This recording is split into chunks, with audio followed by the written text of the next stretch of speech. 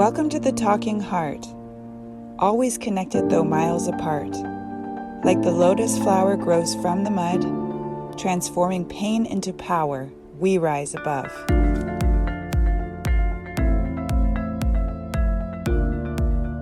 I work at a job where I field all of the complaints, and I've been doing this sort of work for many years, and I often question why I'm still doing it. It's literally complaint after complaint and problem after problem. It's super hard to refrain from getting into a negative mindset or getting triggered by all of the whining, the crying and the whining. It takes a lot of patience and deep breathing to remain calm, respectful, and helpful, especially if I'm being yelled at or when I feel like telling people off, or I want to just hang up the phone, walk out of the room and say, I quit.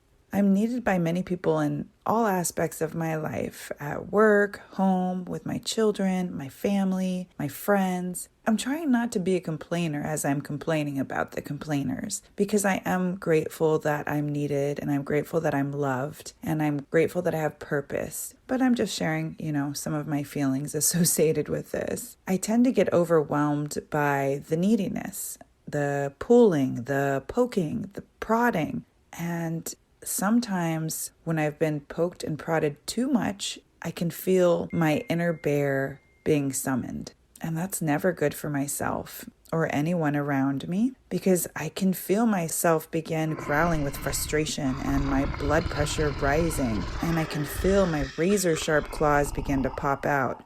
If I don't do something at that point, I know that I'm going to become destructive, and I'm going to end up growling at some innocent victim or someone who I think deserves it at the moment, or taking my frustration out on the person right next to me.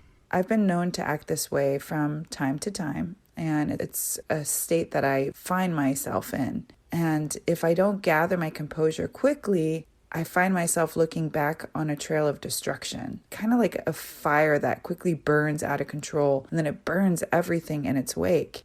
So it's my intention to not allow myself to get to this point, to find a way to catch myself before I get there, and to learn how to deal with myself during these times. Simply wishing people would leave me alone doesn't work, and it seems like in my head I'm always doing that. In fact, it seems like when I'm wishing that people leave me alone, the more it magnetizes all the little bugs and gnats and parasites to me that are attempting to suck my vital energy. So I'm making a decision not to allow parasites to feed off me anymore. So what can I do?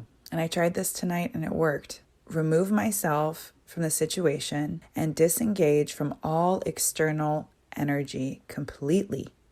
Walk away, hide in my room, hide in a closet, or go outside to a quiet spot where I can hear my own thoughts and feel my own energy until I can find some calm and balance again. Boundaries, boundaries, boundaries. You truly need them to keep your vital energy intact, to keep you sane, and to have the strength you need to get through life's chaotic ups and downs without crashing and burning. I don't have to answer my phone. I don't have to answer to anybody. I don't have to rush unless it's a real emergency. I can unplug, and I don't have to feel guilty, because I know I have to take care of myself if I'm going to be able to handle the many hats I have to wear in my life. During these times, it is about me, and I can no longer worry about others taking it personally if I choose to walk away or to close myself off. Temporarily, I'm allowed to do this. Everyone and everything can wait. You can press pause, and that's okay, because if you don't, your own fire has the capacity to consume you. And there's no reason to do such a thing to yourself, is there? And there's no reason that I should do such a thing to myself. So again, this is even taking responsibility for our frustration, for our anger, for learning how to cool ourselves down when we're really hot, for learning how to take space when we start feeling suffocated. It all happens within us. And here's just another example. So I hope this helps you if you struggle with anger like I do and frustration.